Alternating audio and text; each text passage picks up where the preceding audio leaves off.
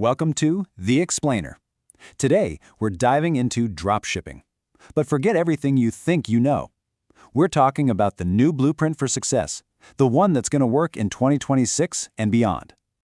Okay, first things first. Let's talk about the sheer scale of this thing. The global dropshipping market, it's not just growing, it is absolutely exploding. We're talking projections of over $1 trillion by 2030. That's not some little side hustle trend anymore. No, this is a massive, fundamental shift in how global commerce works. And you can see why it's so appealing, right? I mean, the promise is incredible. Build an online empire with zero inventory. No warehouse, no buying piles of stock, just you, a laptop, and the ability to sell practically anything to anyone, anywhere on the planet. It's the dream. But we all know it can't really be that simple, right? So what's the real story? What's the secret sauce that separates the flashes in the pan from the businesses that build real, lasting brands? Well, that's what we're here to figure out.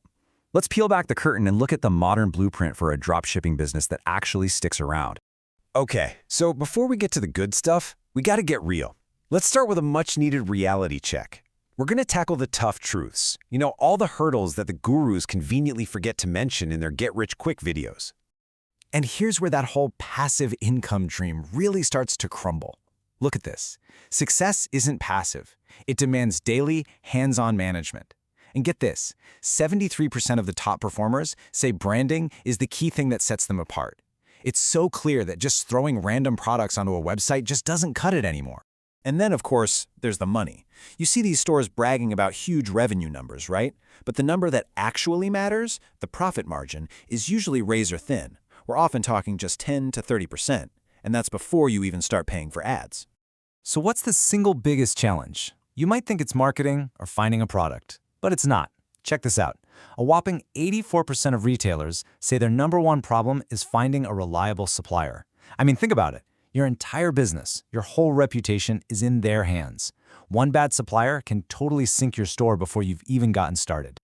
Okay, so margins are tight, finding good suppliers is a nightmare. You might be asking, how does anyone succeed at this? Well, it turns out the ones who are crushing it are all following the same very clear three-step blueprint. Yeah, the game has completely changed. It's not about selling fidget spinners or the latest viral gadget anymore. Today, every single major success story is built on these three core ideas. It's all about being way more than just a simple middleman. First up, the winning stores solve a real problem. Take a company like Hike Footwear. They sell shoes specifically to help with foot pain. Or look at Boomba. They didn't just create another sticky bra. They engineered a solution, bra inserts that actually stay put. They solved a massive, real-world frustration for people and built $1 million a month business from it. Second, they don't try to be everything to everyone. They own a niche. They find a passionate community and serve them. Perfect example, Subtle Asian Treats. They saw a love for bubble tea plushies within the Asian American community. So they hyper-focused, turned a tiny $3,000 investment into $19,000 in profit, all because they were talking directly to an audience they truly got. And number three, and this is huge, they build a real brand. The Old Money store is a fantastic case study. They weren't just selling clothes. No way. They were selling a whole vibe, a lifestyle, an aesthetic. They jumped on a massive TikTok trend, created this premium experience around it, and boom, a business pulling in around $750,000 a month. So if you take that three-step blueprint, the next question is, how do you make it last? Well, success in 2026 is all about embracing the tech and the trends that are completely reshaping e-commerce. This is how you future-proof your store. And the first thing on that list is non-negotiable: AI and automation. Seriously, this isn't some far-off future thing. It's table stakes right now. We're seeing nearly 80% of successful dropshippers already automating their orders. AI pricing tools are boosting their profit margins by an average of 23%. This isn't a nice-to-have anymore. It's the engine that runs a modern store. And this is all leading to something called Agentic Commerce. Now, what is that? It's basically the next big leap. Just imagine, instead of you scrolling through websites, you just tell your AI assistant, hey, find me the best-rated sustainable running shoes under $100. The AI does the shopping for you. And for your brand, that means survival is going to come down to one question. Is your product data good enough for an AI to find you and recommend you? Because that's where we're headed. All right, next up, sustainability. And this is a big one. It's quickly moving from a nice-to-have feature to a must-have. More and more shoppers are actively looking for and choosing brands that use eco-friendly packaging, work with ethical suppliers, and even offer carbon-neutral shipping.